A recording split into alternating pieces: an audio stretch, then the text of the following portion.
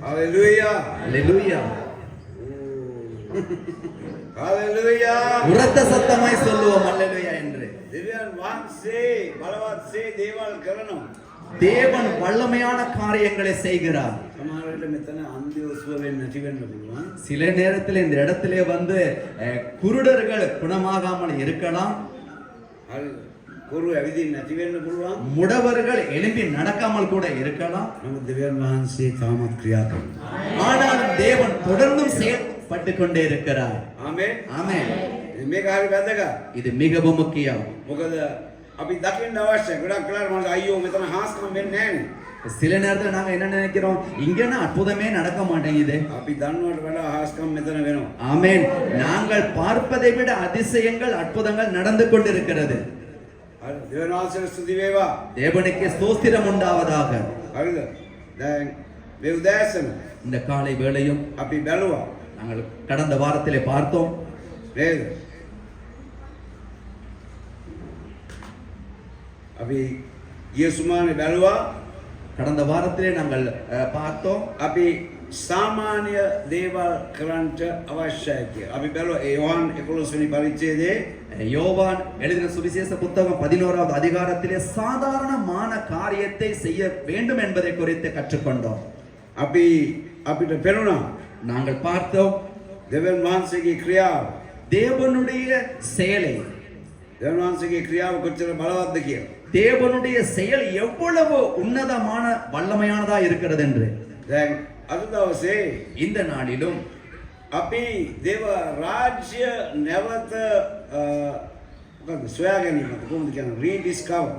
நாங்கள் எப்படி மீண்டும் தேவனுடைய ராஜ்யத்தை கண்டுகொள்வது என்பதை குறித்து இன்றும் கற்றுக்கொள்ள போகிறோம். අපිට කියනවා කාරණාව. எங்களுக்கு ஒரு காரியம் சொல்லப்படுகிறது. හරි. ස්වාමීන් වහන්සේ අපිට කියනවා கர்த்தர் எங்களுக்கு சொல்லுகிறார் යම් දේවල් දිහා බලන්න කියලා. சில காரியங்களை குறித்து பார்க்க சொல்லி. යෙස්මායි මම කිව්වා. கடந்த வாரத்திலே போதகர் சொன்னார், සමහර අයට දෙවියන් වහන්සේගේ ආශිර්වාදයේ ඒ හාස්කම වෙන්නේ නැති හේතුව. சிலருக்கு அவர்களுடைய தேவைகளுக்கு ஏற்ற பதிலும் கிடைக்காமலும் அற்புதங்கள் நடக்காமல் இருப்பதற்கான காரணத்தை මොකද්ද? என்ன? සමහර විට சில நேரத்திலே ගලක් කියනවා එයාගේ හාස්කමට විරුද්ධව. ஒரு கல் இருக்கிறது அந்த அற்புதத்திற்கு தடையாக. දැන් අපි දන්නවා මේ යෝහන් 11 යේසුස් වහන්සේ ලාසරස් නැවත නැගිට්ටුවා.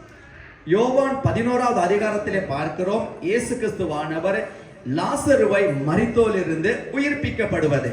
දැන් අපි පරිච්ඡේදය බැලුවොත් நாங்கள் அந்த அதிகாரத்தை தொடர்ந்தும் பார்ப்போம் என்றால் අපිට පේනවා எங்களுக்கு தெரிகிறது යේසුස් වහන්සේ එතනට ඇවිල්ලා. இயேசு கிறிஸ்து அந்த இடத்துக்கு வந்து එතන හිටියාට කියන මේ ගල අහක් කරා. அவர் சொல்லுகிறார், இந்த கல்லை புரட்டி போடுங்கள் என்று. දැන් මම දකින තවත් කාරණාවක් තමයි போதகர் பார்க்கிற இன்னும் ஒரு காரியம்தான், උන්වහන්සේට ගල ලොකු දෙයක් නෙවෙයි. இயேசு கிறிஸ்துவுக்கு அந்த கல் வந்து பெரிய ஒரு காரியமே கிடையாது. එහෙම කරපුවම එයයි. சும்மா அவருடைய ஒரு விரலை காட்டினாலே அது போய்விடும். නෑ උන්වහන්සේ ගොඩක් අවස්ථාවන් වලදී අපිට බෙන්නුනා නුඹලාට කරන්න දෙයක් තියෙනවා. அநேக நேரத்திலே அவர் காண்பிக்கிறார், நமக்கு செய்ய வேண்டி இருக்கிற, அதாவது உங்களுக்கு செய்ய வேண்டி இருக்கிற ஒரு காரியம் உண்டு என்பதை குறித்து. නේද? අපිට කරන්න දෙයක් තියෙනවා. நமக்கு செய்ய வேண்டிய ஒரு காரியம் உண்டு. ගලවන්න දාන්න. அந்த கல்லை எடுத்து போட வேண்டும். අපි වෙනුවෙන් දෙවියන් වහන්සේ ගලවන්න දෙවියන් අපිට කරන්න ඕන දේ දෙවියන් වහන්සේ ඇවිල්ලා කරන්නේ. இப்ப நாங்க செய்ய வேண்டி இருக்கிறத தேவன் வந்து அதை செய்ய மாட்டார். අද අපේ දින නිරන්තර භෝජනය අද අපිට දේවා කියලා අපි කියනවා. நாங்க சொல்றோம், அன்றாடம் எங்களுக்கான போஜனத்தை தாரும் ஆண்டவரே என்று. කී දෙනෙක් උදේට කෑවද? எத்தனை பேர் காலையில சாப்பிட்டீங்க? අපෝ ඔක්කොම නිරාරව ඉන්නේ වගේ අම්මා. எல்லாரும் உபவாசமா இருக்கிற மாதிரி தான் இருக்கு அமைதியை பார்த்து. ආත්මික කට්ටිය. ஆவிக்குரிய மனுஷர்களா இருக்கிறோம். இப்ப දැන් இப்பொழுது අපේ දින නිරන්තර භෝජනය දුන්නා. எங்களுக்கு தேவையான அன்றாட சாப்பாடை அவர் கொடுத்தார். උන්වහන්සේ අපිට කැවුවද? அவர் வந்து எங்களுக்கு ஊட்டி கொண்டு இருந்தாரு, ஊட்டி விட்டுக்கிட்டு இருந்தாரு. කවුද කන්න ඕනේ? யார் சாப்பிட வேண்டும்? කවුද? யார்? අපිට කරන්න දේවල් තියෙනවා. எங்களுக்கு செய்ய வேண்டிய காரியங்கள் உண்டு. දැන් ඒ ගල හක් කරනවා. அந்த கல்லை எடுத்து போட்டார்கள். යේසුස් වහන්සේ හාස්කම කළා. இயேசு கிறிஸ்துவானவர் அற்புதத்தை செய்தார். මොකද උන්වහන්සේ කළේ? அவர் என்ன செய்தார்? ලාසරස් පිටත වේවා. லாசருவே வெளியே வா என்று சொன்னார். බයිබලේ මොනවද කියන්නේ? வேதம் என்ன சொல்லுகிறது? මැරී සිටි තැනැත්තේ ගැන කිසිම බලාපොරොත්තුවක් නැති තැනක උන්වහන්සේ බලාපොරොත්තුවක් ඇති කරලා මිනිස්සෙක්ව මරණින් නැගිටවලා එළියට ගෙනාවා. එහෙම කියනවා. எதிர்பார்ப்பே இல்லாத ஒரு இடத்திலே இயேசுவானவர் ஒரு எதிர்பார்ப்பை நம்பிக்கையை உண்டாக்கி மரித்து போனவனை மீண்டும் உயிரோடு எழும்ப செய்கிறார்.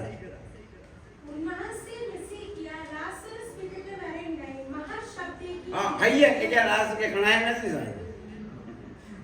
මහත් ශබ්දයකින් அங்கே உரத்த சத்தமாய் අපි තේරුම් ගන්න ඕ මැරලා හිටියේ. இப்ப நாங்க விளங்கிக் கொள்ளணும், லாசரஸ் வந்து மரித்திருந்தான். දුර ගමනක තමයි ගිහිල්ලා ඇත්තේ ඒකෝගේ ආත්මය. அவனுடைய அந்த ஆத்மா வந்து ரொம்ப தூரமா போயிருக்கும். හරි. එතකොට அப்பொழுது ඔය කියන ශබ්ද නගා නේද කොහොමද කියන්නේ කියවන්න බලන්න අපෝ. உரத்த சத்தமாய்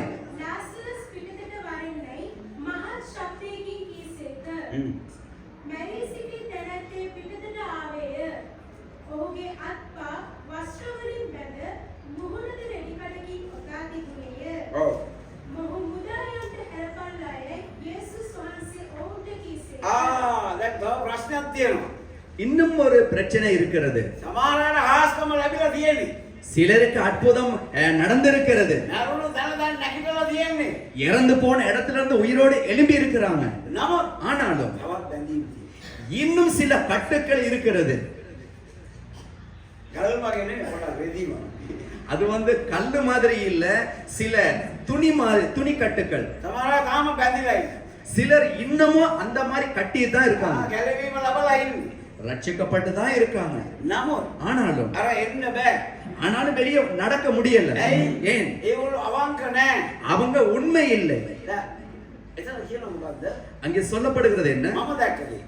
பாஸ்டர் கண்ட காரியம் මේ රෙදි ගලවන්න කියන. அங்கே அவரை கட்டி வைத்திருந்த அந்த துணிகளை கட்டவிழ்க்கும்படி சொல்லுகிறார். අපි කියන රෙදි ගලවන්න කියනවා ඒක නෙමෙයි. இப்ப நாங்க சொல்லுவோம் தானே, ஒரு வார்த்தை ஒன்று அது இல்லை. හරි මෙතන තියෙන්නේ මොකද්ද? දැන් ඒ රෙදි ගලවපුවාම ඔහු නිර්වත් වෙනවා. அங்கே சுத்தி இருந்த அந்த துணியை சீலைகளை எடுத்து போட்டால் நிர்வாணம் காணப்படும். அது ගොඩක් අය දෙවියන් වහන්සේ ඉදිරියේ නිර්වත් නැහැ. இன்னைக்கு ரொம்ப பேர் தேவனுக்கு முன்பாக அந்த மாதிரி நிர்வாணியா இல்லை. හැබැයි සාමාන්‍ය දෙයක් කරන්න ඕනේ ඒ හාස්කම දකින්න. ஆனாலும் சாதாரணமான ஒரு காரியத்தை செய்ய வேண்டும் அந்த அற்புதத்தை பார்ப்பதற்கு. ඒකයි මම කියන්නේ මම හැම වෙලේම කියන කතාවක් මේක හැම වෙලේම කියන මම මගේ සුභාරංචි කියලා තමයි කියන්නේ සාමාන්‍ය දේ කරන්න බැරි විදියට ආත්මික දේ කරන්න බෑ. அடிக்கடி இந்த சபையிலே பாஸ்டருடைய ஒரு சுவிசேஷம் என்று கூட சொல்லலாம், சாதாரணமானதை செய்ய முடியாதவனுக்கு ஆவிக்குரியதை செய்யவே முடியாது என்று. දැන් සමහර අය මගෙත් එක්ක ප්‍රශ්න කරයි මේක. சிலர் இதை குறித்து போதகரோடு பிரச்சனை வாக்குவாதம் கூட செய்யலாம். නමුත් ஆனாலும் පැහැදිලිවම தெளிவாகவே මෙතනදී අපි දකින කාරණාව තමයි இந்த இடத்துல நாங்கள் பார்க்கிற காரியம்தான் අපිට හැම වෙලේම දෙයක් කරන්න තියෙනවා දෙවියන් වහන්සේට හාස්කමක් කරන්න. நாங்கள் எந்த நேரமும் ஒரு சாதாரணமான காரியத்தை செய்ய வேண்டி இருக்கிறது தேவன் அற்புதத்தை செய்வதற்கு. හරි සමහර අයගේ හාස්කම වෙලා නැත්තේ ගලයින් කරන නිසා. சிலருடைய வாழ்க்கையில அந்த அற்புதம் நடக்காமல் இருப்பதற்கு காரணம் என்ன?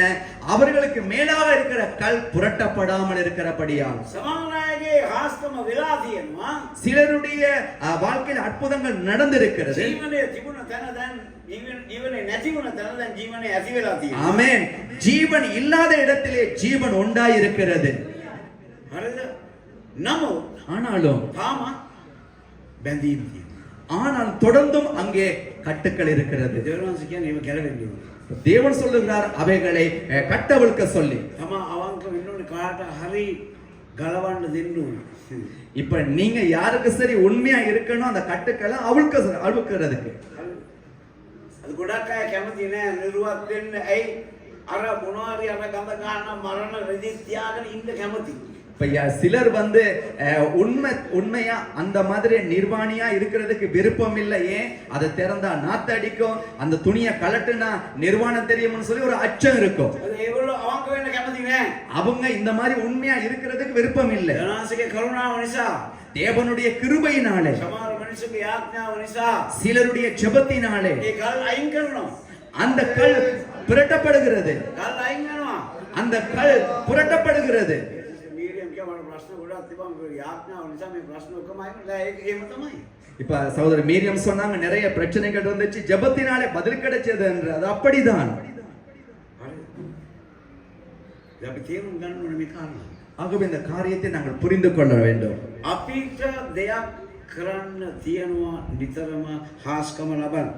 எங்களுக்கு எந்நேரம் செய்வதற்கு ஒரு காரியம் உண்டு, அற்புதத்தை பார்ப்பதற்கு. දැන් අපි විශ්වාස කරන අය වෙන්න ඕනේ. நாங்கள் நம்புகிறவர்களாய் இருக்க வேண்டும். ඒකයි කාරණා. இதுதான் காரணம். හාස්කම දකින්න අපි විශ්වාස කරන්න. அற்புதத்தை காண வேண்டும் என்றால் எங்களுக்குள்ள ஒரு நம்பிக்கை வேண்டும். දැන් අපි දකිනවා நாங்கள் பார்க்கிறோம் රෝම 4 ரோமர் 4வது அதிகாரத்திலே 18යි අපි කියමු. 17 18வது வசனங்களை வாசியுங்கள்.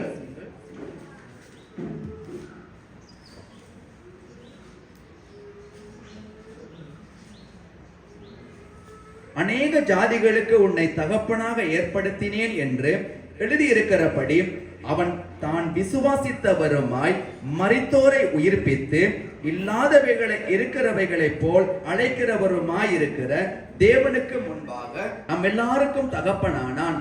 உன் சந்ததி இவ்வளவா இருக்கும் என்று சொல்லப்பட்டபடியே தான் அநேக ஜாதிகளுக்கு தகப்பனாவதை நம்புகிறதற்கு எதுவுமே இல்லாது இருந்தும் அதை நம்பிக்கையோட விசுவாசித்தான். ரொம்ப பேருக்கு அற்புதம் நடக்கிறதுக்கு முதல்ல கண்டுறணும்.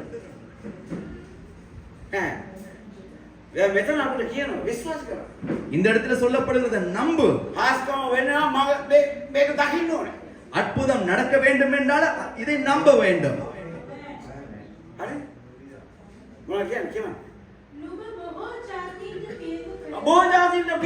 அநேக ஜாதிகளுக்கு தகப்பனாவதே இது என்ன பைத்திய கதை? ஒரு பிள்ளை கூட இல்லாத தகப்பன் எப்படி அநேக ஜாதிகளுக்கு தகப்பனாவான்? இதை யார் சொல்லுவது? තීන්දුව කරන්නේ යන ලියා දෙවෙන පිළිස දෙවියන් වහන්සේගේ වචනේ කියා තිබෙන පිළිස දෙවියන් වහන්සේ කිව්ව ආකාරයට தேவன் சொல்லி இருக்கிறபடி, தேவன் எழுதி இருக்கிறபடி ආබ්‍රහම් තමා විශ්වාස කළාෝ මනෝන් ජීවත් කරන්නා. ආබ්‍රහම් විශ්වාස කළා මලබුන් ජීවත් කරන තනන් වහන්සේ හැටියට ඔහු දැනගත්තා. ஆபிரகாம் விசுவாசித்தவரும் மரித்தோரில் இருந்து உயிரோடு எழுப்புகிறவருமாய் இருக்கிற தேவனை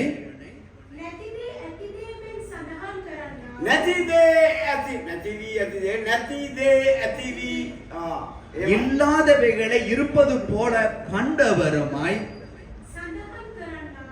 සඳහන් ඔවුනාගේ නැති දේ ඇති හැටියට සඳහන්. අපි කැමති නැහැ කියන්නේ. අපි බොරු කියන්න කැමති නැහැ. இப்ப நாங்க வந்து இந்த மாதிரி சொல்றதுக்கு இல்ல, நாங்க நினைக்கிறோம் நாங்க பொய் சொல்லனா விரும்ப மாட்டோம். තමගේ ඇදහිල්ල කතා කරන එක බොරුවක් නෙවෙයි. உங்களுடைய விசுவாசத்தை குறித்து பேசுவது பொய் அல்ல. ගොඩාක් අය මට දෝෂාරෝපණය කරා. நிறைய பேர் போதகரை விமர்சனம் செஞ்சாங்க. சபாவே நாயகத்வය, சபையிலே தலைவர்கள், சிஸ்டர் சாந்தனி, சகோதரி சாந்தனி යහපත කරේ. எல்லாமே நல்லதுக்கு. හරි. හැබැයි මට තිබුණා ஆனாலும் போதகருக்குள்ளே ஒரு காரியம் இருந்தது, விசுவாசය, ஒரு நம்பிக்கை. මේක මෙහෙම කරොත් හරි, இதை இப்படி செய்தால் சரி என்று. දැන් ගුණ ඉස්සරට ගුණ කියලා කරා මම කතා. இங்கே மேலே கட்டி இருக்கிற அந்த கட்டிடத்தை குறித்து பாஸ்டர் கதைக்கிறார். ගොඩාක් ඇවිල්ලා විවේචනය කරලා තියෙනවා. අපේ මේ සභාවේ. இப்ப ரொம்ப பேர் வந்து விமர்சனப்படுத்தி இருக்கிறாங்க சபையில உள்ளவங்களும். நம்ம எக்கனோ சலும்னே. எதை குறித்துமே அவர் சலனம் அடையவில்லை. ஏனென்றால் ඒ දැනීමක් මේක කරන්න පුළුවන්. பாஸ்டருக்குள்ளே ஒரு தெரிந்து கொள்ளுதல் இருந்தது, இது இப்படி செய்ய முடியும் என்று. ඊයේ நேற்று ලංකාවේ ලොකුම පල්ලිය හදන්න නිර්මාණ කර පුද්ගලයා ආවා. நேற்றைய நாளிலே ஒரு சகோதரர் இந்த ஆலயத்துக்கு வந்தார். இலங்கையிலே மிகப்பெரிய பாரிய தேவனுடைய ஆலயத்தை கட்டிடத்தை கட்டின நிபுணர் ஒருவர். මිරකල් ඩෝම් එක හදපු කෙනා තමයි ආවා. மிரக்கல் டோம் என்று சொல்லப்படுகிற தேவ ஆலயத்தை கட்டுவதற்கு நிபுணராக இருந்த ஒருவர் அவர். පාස්ටර් ජෙරෝම්ගේ පල්ලිය. பாஸ்டர் ஜெரோமுடைய ஆலயம், පාස්ටර් ජෙරෝම්ගේ ආගමකුත් තියෙනවා, ජෙරෝම්ගේ පල්ලියකුත් තියෙනවා නේද? හොඳයි. பாஸ்டர் ஜெரோம் அவர்களுக்கு ஒரு மதமும் இருக்கிறது, ஆலயமும் இருக்கிறது. ප්‍රශ්නයක් නෑ. ඒ ආගම කරගෙන ගියාම නේ. எங்களுக்கு பிரச்சனை இல்லை, அவருடைய மத வேலையை அவர் செய்து கொண்டு போகட்டும். ඒක කළ දේ ඒක කළ පුද්ගලයා මෙතනට එනවා කියන්නේ නෙමෙයි. නිකම්. அதாவது அந்த கட்டிடத்துக்கு நிபுணராக இருந்தவர் இந்த இடத்திற்கு இலவசமாக வருகிறார் என்றால் எப்படி இருக்கும்? ඒක ඩිසයින් කරනම කෝටි ගාණක් දෙන්න. அதை டிசைன் படுத்தவே கோடி கணக்கு கொடுக்க வேண்டும். ඒ පුතා යාළුවා. பாஸ்டருடைய மகனுடைய நெருங்கிய நண்பர். හරි.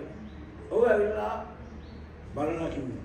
அவர் வந்து இந்த கட்டிடத்தை பார்த்துவிட்டு சொன்னார், මේක කවුද ඩිසයින් කරේ? இதை யார் டிசைன் செய்தது? දේවනාංශ මොකක්ද? அப்ப பாஸ்டர் சொன்னாராம், தேவனும் நானும் தான் என்று.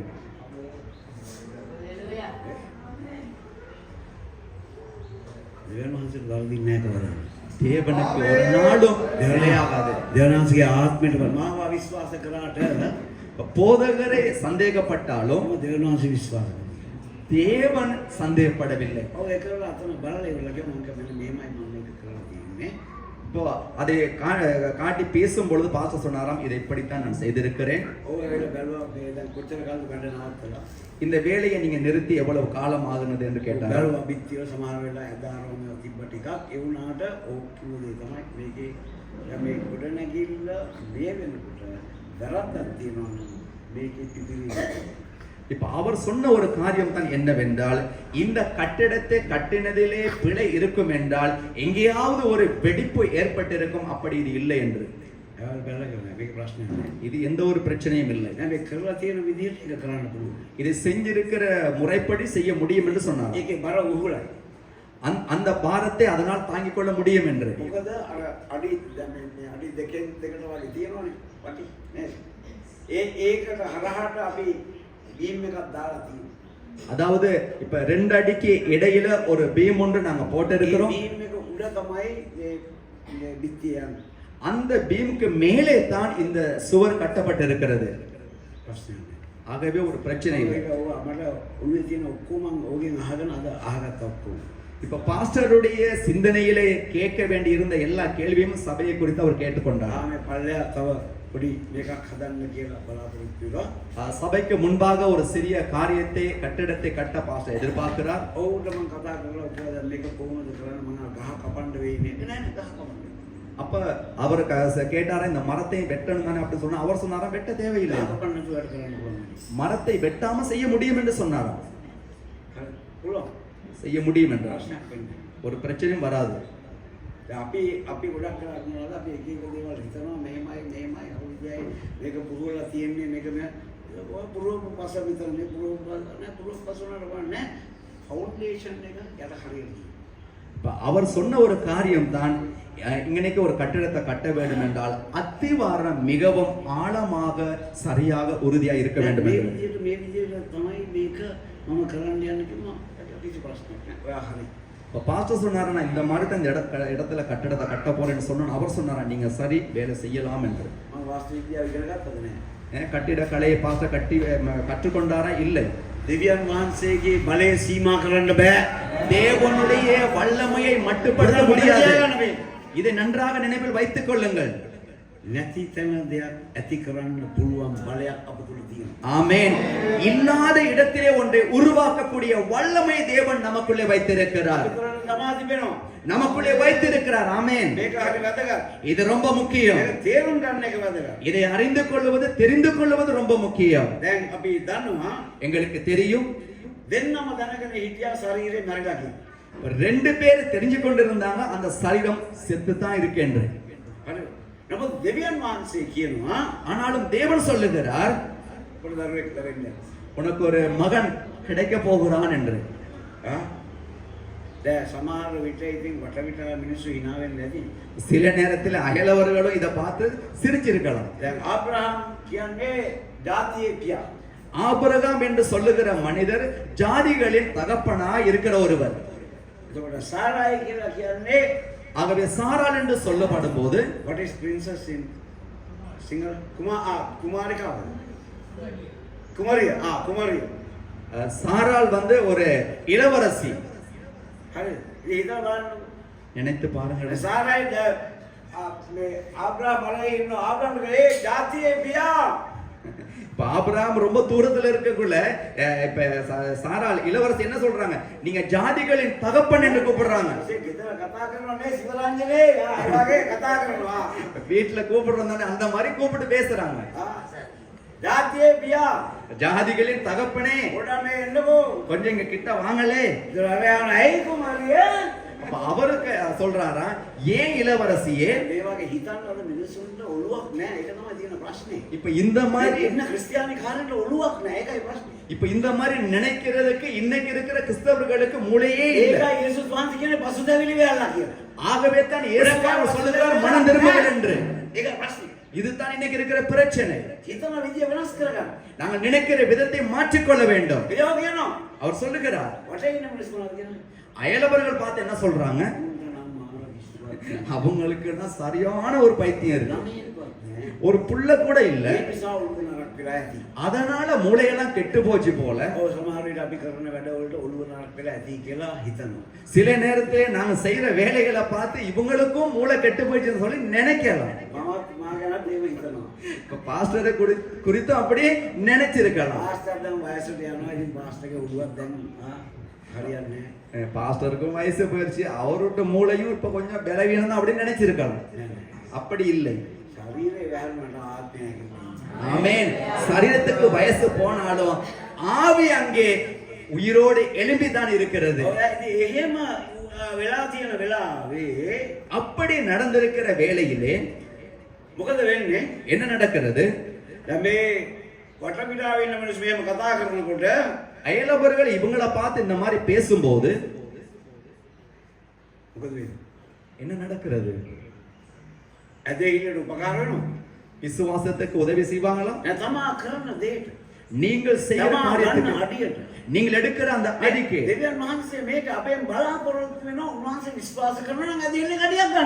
தேவன் எதிர்பார்க்கிறார். நாங்கள் அவரை விசுவாசித்து ஒரு அடி அவருக்காக முன்னால் வைப்பதை குறித்து.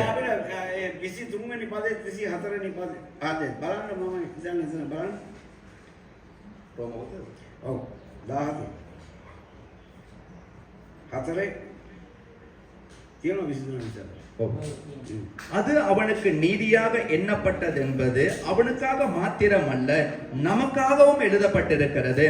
நம்முடைய கர்த்தராக இயேசுவை மரித்தோரிலிருந்து எழுப்பினவரை விசுவாசிக்கிற நமக்கும் அப்படியே எண்ணப்படும். அவர் நம்முடைய பாவங்களுக்காக ஒப்பு கொடுக்கப்பட்டும் நாம் நீதிமான்களாக்கப்படுவதற்காக எழுப்பப்பட்டும் இருக்கிறார்.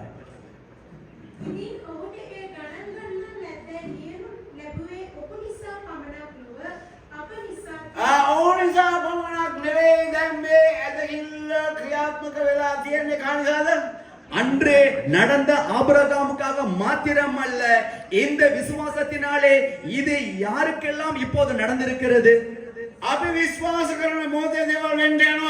நாங்கள் விசுவாசிக்கும் பொழுது காரியங்கள் நடந்தேற போகிறது. தேவனுடைய வாக்குத்தத்தங்களை நம்பும் பொழுது அற்புதங்கள் நடக்க போகிறது.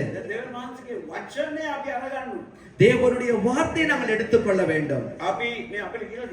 எங்களுக்கு சொல்லப்படுகிறது இல்ல, கேளுங்கள் என்று, கொடுக்கப்படும் என்று சொல்லுகிறார். தேடுங்கள், சம்பவி கிடைக்கப்படும் என்று சொல்லுகிறார். தட்டுங்கள். மாற ஆத்மிக கிரியாவானே, சரியான ஆவிக்குரிய கதைத்தானே இதெல்லாம். நான் என்ன சொல்லுகிறேன்? நான் என்ன சொன்னேன்?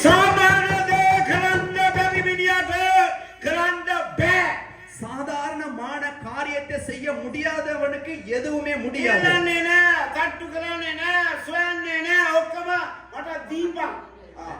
அவன் வந்து கேட்கவும் மாட்டான், தேடவும் மாட்டான், தட்டவும் மாட்டான். ரெண்டு கையை நீட்டிக்கிட்டு ஐயா எனக்கு கொஞ்சம் தாங்களேன்னு கேட்கிறான்.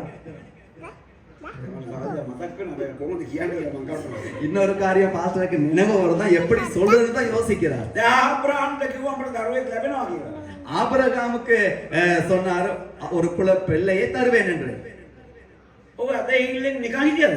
அப்ப அந்த விசுவாசத்தில் ஆபிரகாம் வெறுமையாவே இருந்தாரா? ආරායක මොනවද කරන්නේ නේද? சாராளும் ஆபிரகாம் ஏதாவது இதை குறித்து செஞ்சிருக்கலாம். මොකද මගේ බයිබලයේ කියන්නේ මේ කන්‍යා උපතක් ලැබුවා කියලා සාරා. ஏனென்றால் பாஸ்டருடைய வேதாகமத்திலே තේරුම් ගන්න කරුණා කරලා. ஆகவே இங்க சொல்லப்படுகிறதை புரிந்து கொள்ளுங்கள். මේ මිනිස්සු ඔක්කොම දන්නවා නමුත් ක්‍රියාත්මක නැහැ. இந்த மனுஷர்களுக்கு எல்லாமே தெரியுது, ஆனால் செயல்பாடு இல்லை. ඔයගොල්ලෝ බයයි. நீங்கள் பயந்து போயிருக்கிறீர்கள், ක්‍රියාත්මක නැහැ. நீங்கள் செயல்படுவதில்லை. ක්‍රියා කරන්න අවශ්‍යයි. செயல்படுவது முக்கியம். ඔයගොල්ලෝගේ හැකියාව මත පමණයි රැඳෙන්නේ. நீங்கள் உங்களுடைய திறமை மேலே தங்கி இருக்கிறீங்க. කිව්වනේ මම වාස්තු දෙවලන්නේ. பாஸ்டருக்கு வந்து கட்டிடக்கலை தெரியாது. තීරය කරන්න දැක්කලා. அவர் தீர்மானம் எடுத்து ஒரு வேலையை செய்தார். නේ ලංකාවේ ලොකුම සභාවකට නෑ ප්‍රශ්න. இலங்கையிலே மிகப்பெரிய தேவனுடைய ஆலயத்தை கட்டினர் வந்து சொல்லுகிறார், இது பிரச்சனையே இல்லை என்று. நீங்க யோசித்து வேலை செஞ்சிருக்கீங்க என்று. එයා දන්නේ සුද්ධාත්මය තමයි මට උපකාර කරන්නේ. அவருக்கு தெரியாது பரிசுத்த ஆவியானவர் தான் பாஸ்டருக்கு உதவி செஞ்சார் என்று. ඒක මම කියන්නේ නිකන් කතා කරන්න එපා. ஆகவே வெறுமையா பேச வேண்டாம். නෑ මේ දේව බලය තමා තුළ තියෙන දේ පාවිච්චි කරන්න. உங்களுக்குள்ளே இருக்கிற இந்த தேவனுடைய வல்லமையை எடுத்து பாவியுங்கள். ඇදහිල්ලෙන් ක්‍රියා කරන්න ඉගෙන ගන්න. விசுவாசத்திலே வேலை செய்ய பழகிக் கொள்ளுங்கள். ඔහේ නිකන් ඇදහිල්ල බොරුවට කතා කරන්න එපා. சும்மா ஏனோ தானே என்று விசுவாசத்தை குறித்து பேச வேண்டாம். මම ගොඩක් වෙලාවකට මම අපිට දුන්න අවවාදය අනුව අපිට වහල ගන්න ලක්ෂ 6ක් විතර. இப்போ அவர் சொன்ன நிபந்தனையின்படி அதுக்கான கூரையை செய்வதற்கு 6 லட்சம் ரூபாய் போகும். ඒ වෙලාවේ කිව්ව දේ තමයි මම මේ චාන්දනීට මම කිව්වා මම චාන්දනී යාඥා කරනවා. அப்ப உடனே பாஸ்டர் சொன்னாராம், சகோதரி சாந்தனிகிட்ட இதை குறித்து ஜெபம் செய்யுங்கள் என்று. අපි යාඥා කරනවා. நம்ம ஜெபம் செய்வோம். දේවාස දොලාරි. தேவன் இதற்கான கதவை திறப்பார். தேவன் கொடுப்பார். මෙච්චර කරපු දෙවියන් වහන්සේ ඉදිරියට කරන්නේ නැද්ද? இவ்வளவு செய்த தேவன் மிகைய செய்ய மாட்டாரா என்று. අපේ ඇදහිල්ලට ක්‍රියාවක් තියෙනවා. எங்களுடைய விசுவாசத்திற்கு ஒரு செயல் இருக்க வேண்டும். දැන් මේ සභාවේ මිනිස්සු ඉන්නවා. சபையில ஜனங்கள் இருக்கிறாங்க. බයිබලයේ කියන කාරණාව තමයි දේව ගෘහයට එන්න යම් මොකද්ද කියන්නේ ඔෆරින් මේ සම්මාදමක් නෙවෙයි මොනවාද යාගය අරගෙන සභාවට එන්න. அங்கே வேதத்திலே சொல்லப்பட்டிருக்கிறது, எங்களுடைய காணிக்கை தசம பாகங்களை தேவனுடைய பண்டசாலைக்கு கொண்டு வாருங்கள் என்று. දැන් මිනිස්සුන් දුන්නොත් තමයි එයාට ආශිර්වාදය එන්නේ. ஜனங்கள் தேவனுடைய ராஜ்யத்தின் வேலைக்கு கொடுத்தால் தான் ஜனங்கள் ஆசீர்வதிக்கப்படுவார்கள். වෙන ක්‍රමයක් දන්නේම නැහැ. வேறு எந்த முறையும் பாஸ்டருக்கு தெரியாது. බයිබලයේ විතරයි කියලා තියෙන්නේ දෙන්න එවිට දෙනු ලැබේ. வேதத்திலே மாத்திரம் தான் சொல்லப்பட்டிருக்கிறது, கொடுங்கள் அப்பொழுது உங்களுக்கு கொடுக்கப்படும் என்று. ඒක විශ්වාස කරන මිනිස්සු ටිකක් ඕනේ. அதை நம்புகிற விசுவாசிக்கிற கொஞ்சம் ஜனங்கள் வேண்டும். කිදලා මේ කරන්න පුළුවන්. எத்தனை பேர் சொல்றீங்க இதை செய்து முடிக்க முடியும் என்று? අදට විතරක් නෙවෙයි. இன்றைக்கு மாத்திரமல்ல, තමගේ හිතේ යම් දෙයක් එන්න ඕනේ. உங்களுடைய இருதயத்திலே ஒன்று வர வேண்டும். මම මේ නායකත්වයේ මීටිමේ தலைமைத்துவ கூட்டத்திலே මම දෙවනාස්ගේ ස්වාමීන් මට වචනයක් දෙන්න. தேவனிடத்தில் ஒரு வார்த்தையை கேட்டாராம் போதகர். නායකත්වයේ මීටිමේ தலைமைத்துவ கூட்டத்தை குறித்து මට කියන්න දෙයක් නැහැ. எனக்கு சொல்லுவதற்கு எதுவுமே இல்லை. කියලා මට ආයෙ කියන්න දෙයක් නැහැ.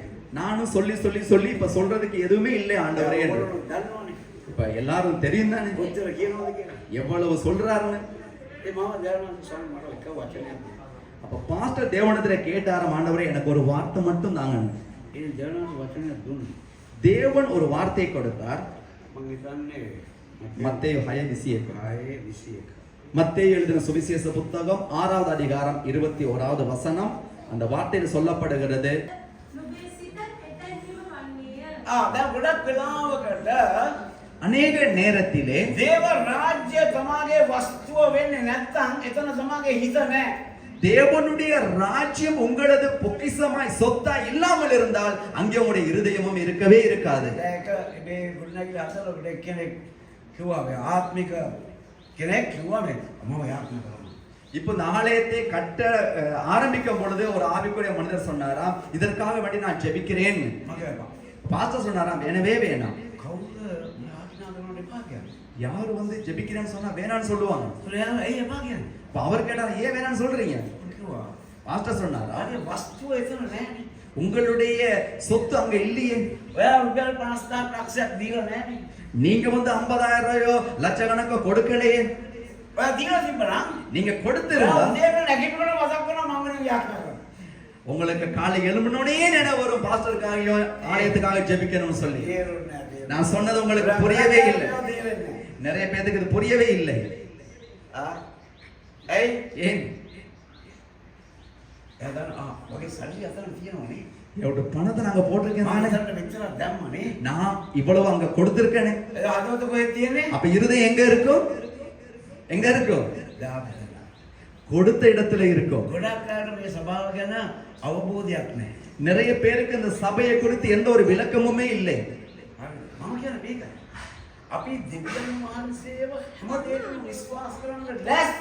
நாங்கள் எங்களுடைய எல்லா காரியங்களுக்காகவும் தேவனை விசுவாசிக்க வேண்டும். தேவனுக்கு ஒரு குழந்தையை கொடுக்க முடியும் என்றால், 5000 பேருக்கு சாப்பாடு கொடுக்க முடியும் என்றால், லாசருவை மரித்தோரிலிருந்து எழுப்ப முடியும் என்றால், யோசித்து பாருங்கள், செய்து பாருங்கள், என்ன தேவனால் செய்ய முடியாது என்று பெருமையாய் பேச வேண்டாம். ஒரு காரியத்தை செய்ய எதிர்பாருங்கள். உங்களுடைய நம்பிக்கைக்கு விசுவாசத்திற்கு காலை எடுங்கள், உண்டாக்குங்கள், கொடுங்கள். அப்பொழுது அந்த நம்பிக்கை விசுவாசம் நடக்கும். நம்ம எல்லாருக்குமே ஒரு விசுவாசத்தின் பயணம் இருக்கிறது. இல்லை, இது நாங்கள் செய்ய வேண்டும். இப்படியான ஒரு சிந்தனை நாங்கள் எடுத்தோமானால்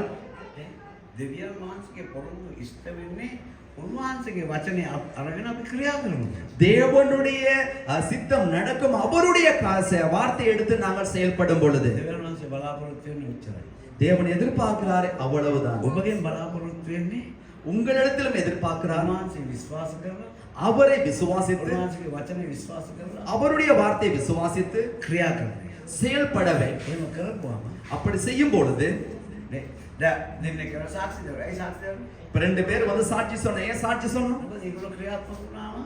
அவர்கள் செயல்பாட்டில் இறங்கின பொழுது, அந்த கல்லை எடுத்து போட்ட பிறகு, அந்த சீலைகளை துணிகளை கட்டவிழ்த்த பொழுது அங்கே அற்புதம் நடந்தது.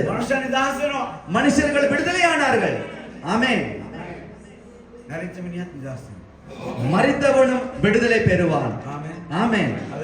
ஹல்லேலூயா. நாங்கள் விசுவாச மனுஷர்களாக வேண்டும். விசுவாசத்தினாலே வேலை செய்கிறவர்களாக வேண்டும். இந்த காலை வேளையும் நாங்கள் யாவரும் எழுந்திருப்போம். நாங்கள் எழுந்திருக்க